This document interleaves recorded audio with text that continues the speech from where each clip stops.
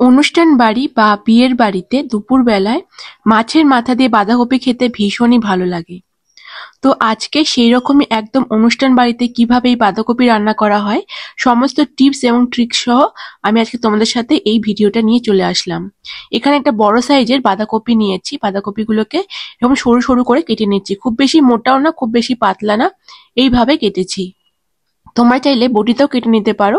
তো বাঁধাকপি কাটাগুলো একদম রেডি হয়ে গেছে।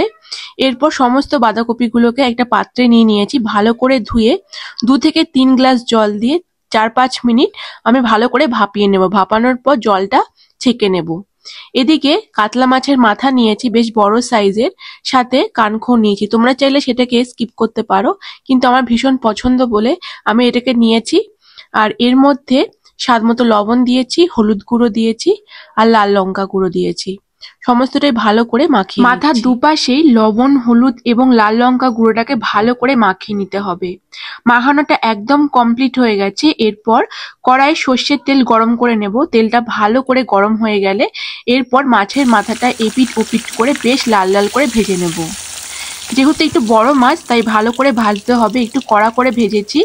এরপর তেল থেকে নামিয়ে নিচ্ছি। বাকি যে মাছের মাথা এবং কানখো আছে সেটাকেও বেশ কড়া করে ভেজে নিচ্ছি, না হলে কিন্তু কাঁচা গন্ধ আসবে। সেটা যেন না আসে তার জন্য একটু কড়া করে ভেজে নেওয়া হয়েছে।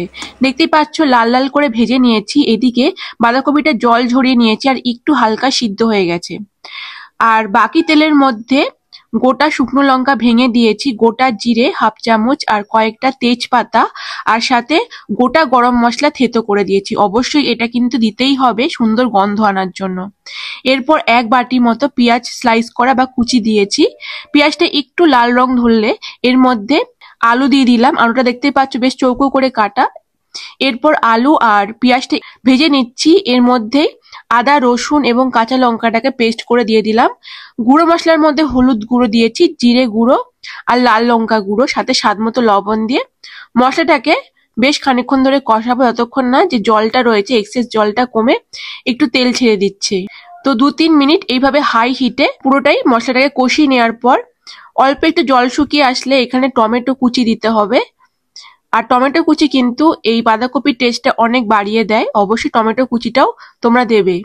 এরপর মশলাটা ভালো করে কষানো হয়ে গেলে ভাপিয়ে নেওয়া বাঁধাকপিগুলোকে দিয়ে ভালো করে এরপর ফ্রাই করতে হবে।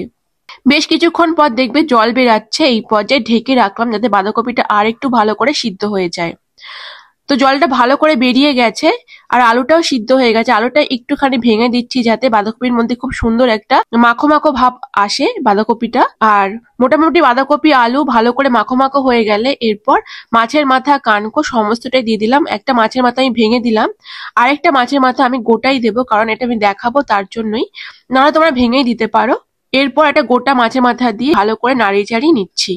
মাছের মাথাটা একটু সিদ্ধ করে নেব। এরপর নাড়িয়ে চাড়িয়ে নেওয়ার পর শেষে মিষ্টি দিতে হবে, একটু বেশি দিতে হবে। সাথে গরম মশলা বাটা দিয়েছি, এলাচ, লবঙ্গ, দারচিনি বাটা, প্রায় 2 চামচ পরিমাণ ঘি অ্যাড করেছি। সমস্তটাই ভালো করে মিশিয়ে দিলাম। দেখতেই পাচ্ছ বেশ খানিকক্ষণ পর কিন্তু একদম মাখো মাখো হয়ে রেডি হয়ে যাবে আমাদের অনুষ্ঠান বাড়ির মতো বাঁধাকপি। কেমন লাগলো রেসিপিটা অবশ্যই জানিও। আর তোমরাও কিভাবে বাড়িতে এই বাঁধাকপি বানাও জানাতে ভুলো না। সত্যি বলছি অসাধারণ লাগে খেতে। এর গন্ধ আর স্বাদ দুটোই কিন্তু বাড়িতে একটা অনুষ্ঠান বাড়ির মতো ফিল করাবে। তো একদম গরম গরম রেডি করে নিলাম। আর গরম ভাতের সাথে দুপুরবেলা এরকম বাঁধাকপি হলে দারুণ লাগে, সাথে রুটিতে খেলেও কিন্তু দুর্দান্ত লাগে। তো বাড়িতে অবশ্যই রেডি করো মাছের মাথা দিয়ে বাঁধাকপি। তোমরা কাতলা মাছের বদলে রুই মাছের ইউজ করতে পারো। তো চলো আজকের মতো এখানে এন্ড করছি। ভিডিওটা ভালো লাগলে অবশ্যই সবার সাথে শেয়ার করো, লাইক করো, ফলো এবং সাবস্ক্রাইব করো। দেখা হবে আবারও নেক্সট ভিডিওতে অন্য কোনো রেসিপির সাথে। আজকের মতো টাটা।